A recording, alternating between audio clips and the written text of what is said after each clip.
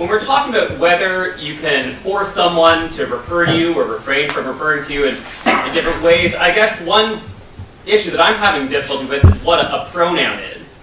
I think we'd all acknowledge that you have a right to force people to refer to you in certain ways. If a professor had a class and they had a student who insisted on calling them a girl when they were male, or calling them queer or something, or I can think of way worse words, they would say, well, that's not a pronoun, that's a derogatory label that's just meant to degrade me.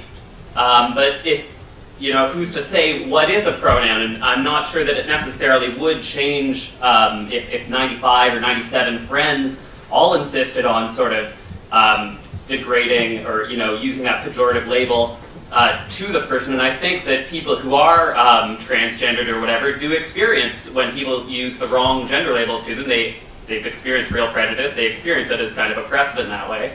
So I don't know if identity is a subject or an object, but I do know that we place important demands on one another. I don't know about nature, but I know that fundamentally, like, our society is going to work better if we respect each other, and I think history bears that out. That self-respect and allowing people's self-identification to play a role in that public aspect. We do already have limits on how people can refer to each other, and they're informed by how people want themselves to be referred to. Okay. Well, that's a lot of questions.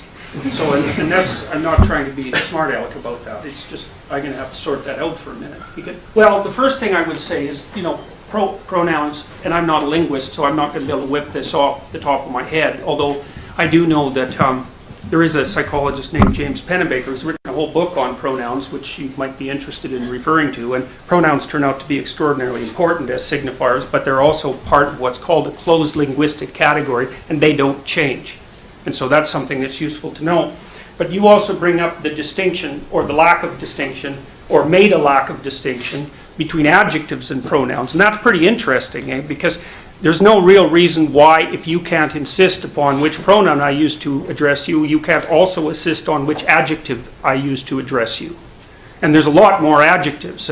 And so that's, because I don't see, like, if you can choose your damn pronoun, why can't you choose your adjective? Adjectives are, the words you listed as pejorative were actually not pronouns, they were adjectives. And so you can object to them.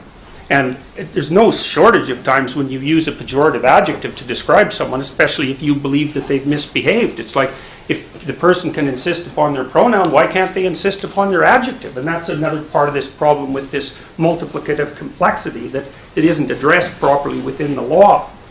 With regards to respect, you said, well, human civilization progresses a lot better if we respect one another, and I actually don't believe that at all. I believe that human civilization progresses and maintains itself when we respect people who've earned respect. You don't just respect everybody randomly. Well, what the hell use is respect if you just respect people randomly? It's like inflating the currency, It's like the Simpsons episode where, Bart gets a trophy because it's every child gets a trophy day. All you do is inflate the currency. Respect is actually limited to that category of people who have earned respect in some manner. So whatever you're talking about with regards to, say, common decency between people, it's not respect. And the definitions actually matter. They matter a lot. And so I hear the respect argument all the time, but you also can't force me to respect you. You might be able to force me to act like I respect you, but you can't force me to respect you. It's just not possible. You could break me, I suppose, and then perhaps I would do it, although I can't see exactly how precisely. But so there's a number of, I get your point, and I'm not trying to denigrate it in any sense. There's a complex issue here, which is, to what degree do you allow individuals to govern the conversation that's had about them in their presence or otherwise. But I would just revert back to my original argument, which is that's a negotiation. It's either a negotiation. You got 3 states. You can negotiate with someone, you can be their slave, or you can be their tyrant. And I would pick negotiation, but as far as I'm concerned, the law right now, as it's currently instantiated, is a tyrant, and it makes people into its slave, and we're going to pay for that. And it's predicated on, hypothetically, on respect and compassion. I don't buy that for a second.